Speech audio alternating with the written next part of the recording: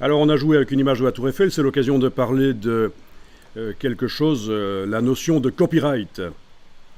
Oui, vous avez cherché des images qui sont du domaine public dans Google. Bon, il n'est pas certain que les résultats que Google vous montre sont d'office du domaine public. Il faut quand même vérifier pour une vraie publication, avant d'imprimer, vérifier que c'est vraiment des images du domaine public sur lesquelles vous avez le droit de les utiliser.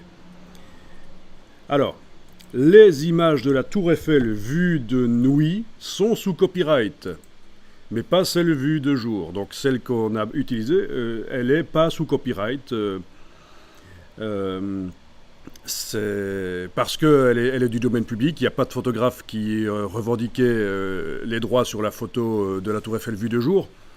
Mais dès que vous voyez une photo de la Tour Eiffel vue de nuit, vous pouvez être certain que vous n'avez pas le droit de l'utiliser. Parce que l'éclairage est sous copyright. Et oui, donc si je dis ça, c'est pour vous sensibiliser au fait qu'il y a quand même du copyright et qu'il faut faire attention. Donc si je tape Eiffel tout simplement sur Google, je vais tomber sur certaines images qui montrent la Tour Eiffel vue de nuit. N'essayez même pas de les utiliser, il faut l'autorisation, il faut payer pour utiliser les images de la Tour Eiffel vue de nuit. L'éclairage est sous copyright.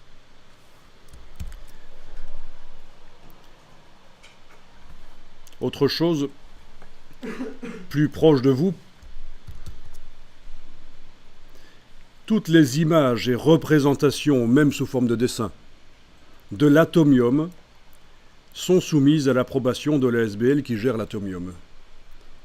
C'est-à-dire qu'on voit souvent des flyers, des affiches avec l'atomium dessus. L'ASBL, l'association qui gère l'atomium, a le droit de vous demander de retirer vos affiches et de les détruire, et même de vous demander une petite amende.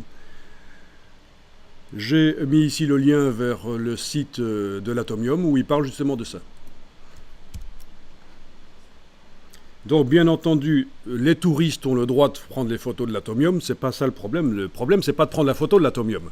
Le problème, c'est de reproduire la photo de l'atomium dans des publications.